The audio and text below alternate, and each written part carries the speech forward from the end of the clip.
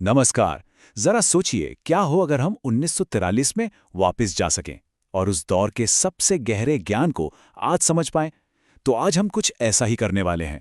हमारी ये पड़ताल सीधे अखंड ज्योति के अक्टूबर 1943 के अंक पर आधारित है और यकीन मानिए ये हमें जीवन के कुछ ऐसे सिद्धांत याद दिलाएगी जो आज भी उतने ही बल्कि शायद उससे भी ज्यादा मायने रखते हैं। इसकी स्थापना की थी पंडित श्रीराम शर्मा आचार्य जी ने और इसका मकसद था लोगों तक आध्यात्मिक और मनोवैज्ञानिक समझ पहुंचाना। इसका नाम अखंड ज्योति अपने आप में बहुत गहरा है। मतलब ज्ञान की वो लौ जो हमेशा जलती रहती है, कभी नहीं बुझती। और आज हम उसी लौ से निकली कुछ चिंगारियों को करीब से देखेंगे। तो हमारी आज की ये यात्रा 4 बहुत ही जरूरी पड़ावों से गुजरेगी। हम शुरुआत करेंगे चरित्र की नींव से, फिर आगे बढ़कर देखेंगे कि हमारी सोच कैसे हमारी दुनिया बनाती है, फिर जानेंगे कि मुश्किलों का सामना असल में कैसे किया जाता है, और आखिर में भक्ति के जरिए ईश्वर को महसूस करने तक पहुंचेंगे। तो चलिए शुरू करते हैं। तो सबसे पहला और सबसे जरूरी स्तंभ है चरित्र। इस लेख के मुताबिक एक अच्छे और सार्थक जीवन की पूरी इमारत हमारे दिए हुए वचन पर टिकी होती है। ये सिर्फ कोई वादा नहीं है, बल्कि ये हमारी पहचान की जड़ है कि हम असल में हैं कौन। ये एक लाइन, अपने वचन का पालन करना सभी धार्मिक आचरणों का आधार है, पूरे लेख का निचोड़ है।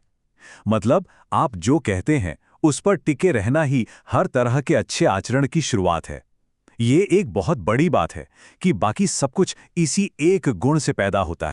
तो देखिए, ये लेख ना 2 रास्ते दिखाता है, एक ईमानदारी का और एक बेईमानी का, और दोनों के अंजाम कितने अलग हैं।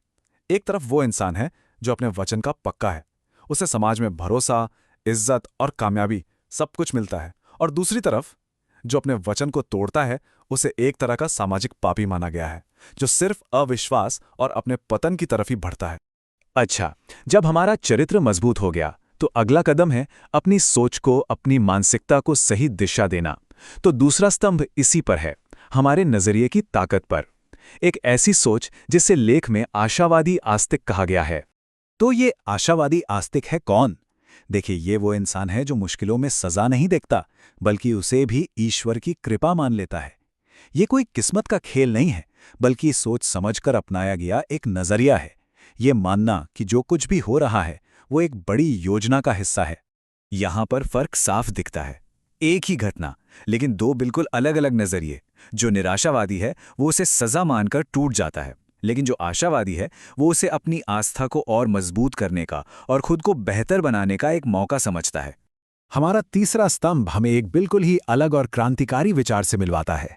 ये कहता है कि मुश्किलों से भागो मत, बल्कि उन्हें खुद को साफ करने का एक जरिया मानकर अपनाओ। ये एक बहुत ही पावरफुल कॉन्सेप्ट है, दुखों का स्वागत करना। ये सवाल थोड़ा चौंकाने वाला है ना, कि क्या दुख कोई तोहफा हो सकता है? पर यही दुखों का स्वागत कीजिए लेख का मेन आइडिया है। ये हमें मजबूर करता है कि हम दर्द और पीड़ा को देखने का अपना पूरा नजरिया ही बदल डालें। इस लेख में जीवन की मुश्किलों की तुलना उस आग से की गई है जो सोने को तपाकर शुद्ध करती है। हर चुनौती एक तरह से हमारी अंदरूनी कमियों को, हमारी अशुद्धियों को जला देती है, और जो बचता है वो होता है हमारा असली, मजबूत और निखरा हुआ स्वरूप। ठीक वैसे ही जैसे आग में तपकर सोना कुंदन बन जाता है। तो चरित्र, मानसिकता और मुश्किलों का सामना करने की हिम्मत के बाद अब हम आते हैं अपने आखिरी स्तंभ पर, भक्ति। ये इस बात पर है कि कैसे सच्ची श्रद्धा, सच्चा विश्वास हमारी रोजमर्रा की जिंदगी को बदल सकता है और हमें बहुत गहरे आध्यात्मिक अनुभव करा सकता है। हृदय विश्वास से भगवान दर्शन नाम के लेख से एक बहुत ही जबरदस्त कहानी मिलती है जो इस बात को साबित करती है। ये कहानी एक ऐसे चोर की है जिसका भगवान पर पूरा अटूट विश्वास था, चोरी करते वक्त भी।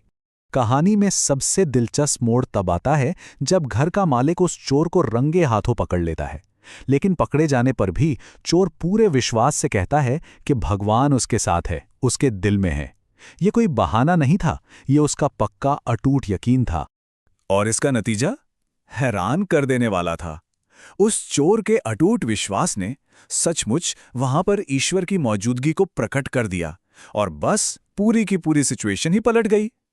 तो इस कहानी का सार क्या है?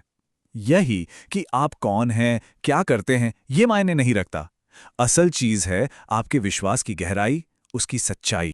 अब बात करते हैं कुछ प्रैक्टिकल ज्ञान की जो गृहस्थ में ईश्वर प्राप्ति लेख से मिलता है।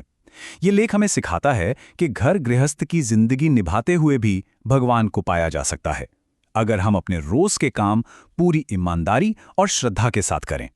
तो चलिए अब इन सभी स्तंभों को एक साथ जोड़ते हैं और देखते हैं कि 1943 का ये ज्ञान आज हमारी जिंदगी के लिए क्या मायने रखता है। तो कुल मिलाके ये 4 स्तंभ एक संपूर्ण जीवन का खाका तैयार करते हैं।